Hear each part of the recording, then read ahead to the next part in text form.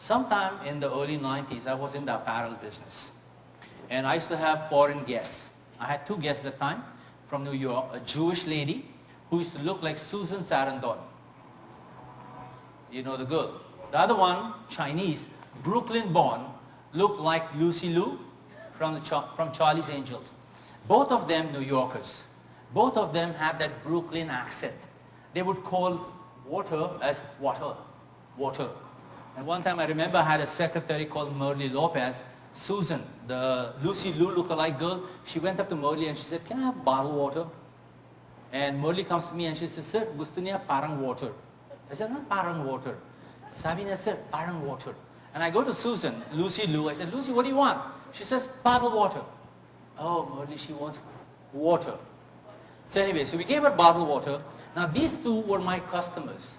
I was driving them around Metro Manila.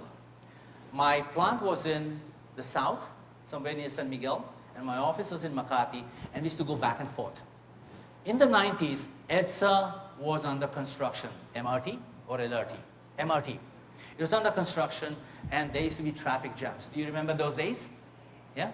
So we were coming down from south, and we went up to Shaw Boulevard, and somewhere there we were making a turn to get back on EDSA. Susan Sarandon, the Jewish girl, she had eyes like frogs. And she goes, "Raju, why do you have to always pass this street? Why can't you go from somewhere else? There's so much traffic, there's so much construction going on here. Why do you have to pass here?" And I told her, "Hey, Susan," her name was not Susan, Dana. I said, "Dana, Metro Manila is just north and south. There's hardly any east and west. Yeah? You have to always pass through EDSA. No matter where you're going. From Makati to Antipolo, you have to pass EDSA. Makati to Quiapo, you have to pass EDSA. Right? Every now and then." She said, "Okay, all right, I get it. But, make it fast." Susan, who was sitting with me, I used to drive a Toyota Light Ace that time. Susan, who was sitting there, Murli was there, and Dana, Susan was Lucy Lui, and Dana Raider, the Jewish girl, the Chinese girl, and the Filipino, they were sitting in the car. The Chinese girl, the one who looked like Lucy Lui, she goes, "Raju, I want to ask you about the jeepneys." I said, "What's it?" She said, "Where are these jeepneys coming from and where are they going?" I said, "Well, they have a destination, they have a starting point." I said, she says, "How do Filipinos know where to go and where to come from? Where are the bus stops?" I said, "Hello, this is not USA. There are no bus stops in the Philippines." She said, "Well, how do you catch a jeepney?" I said, "Nothing. You stop there and you wave the jeepney down." And she says, "They stop?" They said, "Yes, you stop." I said, "Okay." Then she goes, "Well, how do you know where it's going?" I said, "Well, it's written there. Cubao to Quiapo." And she says, "What if I'm standing on this direction? How do I know it's going to Quiapo or Cubao?" I said, "You ask the driver." "Yeah, you ask the driver." She said, okay, I get it." She said, "Okay, when I get in," she goes, this is an American girl, Chinese, really Lucy Lui lookalike. And she says, "When I get in, how do I know how much to pay?" I said, "You don't know that. You have to talk to the jeepney driver and you have to tell him where you're going and he'll tell you how much to pay." She said, so when I get in, who's handling me? There's no conductor, there's no ticket for this." I said, "The jeepney driver." "How does he know I got on or I'm getting on?" I said, "He's driving and he's looking into the mirror and he's counting the thing and doing everything sabay. He's a multitasker." And she says, "Whoa, that's amazing," she goes. No? Then she says, "Wait, Raju, I have to ask you something else." And this is the most crucial question she asked me. She said, "Raju, all those Filipinos sitting inside the jeepneys, yeah? This is a powerful question." She asked me a lot of stupid questions. No? This was the stupidest. And she goes, from a Filipino point of view, not from an American point of view. She goes, "Raju, all those Filipinos inside the jeepneys, why are they sitting so close to each other?"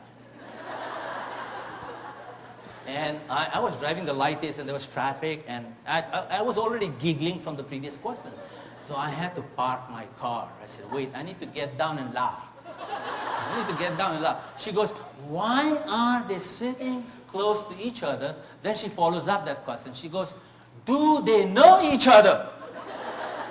That time I got down from the Light Ace, I got down to Shaw Boulevard right under the MRT thing, and I started laughing. Merle Lopez got down too and she started to laugh also. I got back. I said, Susan, Lucy. I said, Lucy, I have to tell you this. This is the truth about Filipinos. Those people in the jeepneys, even though they're wearing mini skirts, there's a mama smoking a cigarette, and there's an old lady selling something, there's a hold-upper inside there, and the guy's looking in there. Yes, not only do they know each other, I said, the Filipinos regard each other, the whole country, as one family. And this is true. It struck me years later. This was my answer to her. I said, not only do they know each other, they're really close-knit. They're really tight. Filipinos are really, really tight. No matter what you do. You go to Hong Kong and say Miss Araneta, the beauty queen. What's her name? Yeah, Evangeline Pascual. Or anyone. Or the wife of Aga Mula. You know, she's standing there in Hong Kong airport to catch PAL, and there is a domestic worker. They're standing together.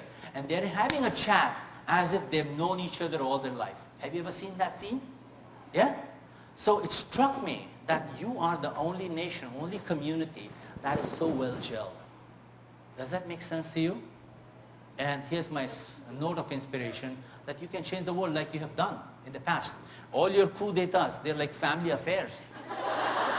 Yeah, yeah. When there is a problem in Singapore, there's a maid in trouble, the president flies to solve the problem. When there's a problem in Dubai, somebody's been murdered or something, the whole country thinks about that. You are one family, my friends. This is the strangest community. So good luck and good night.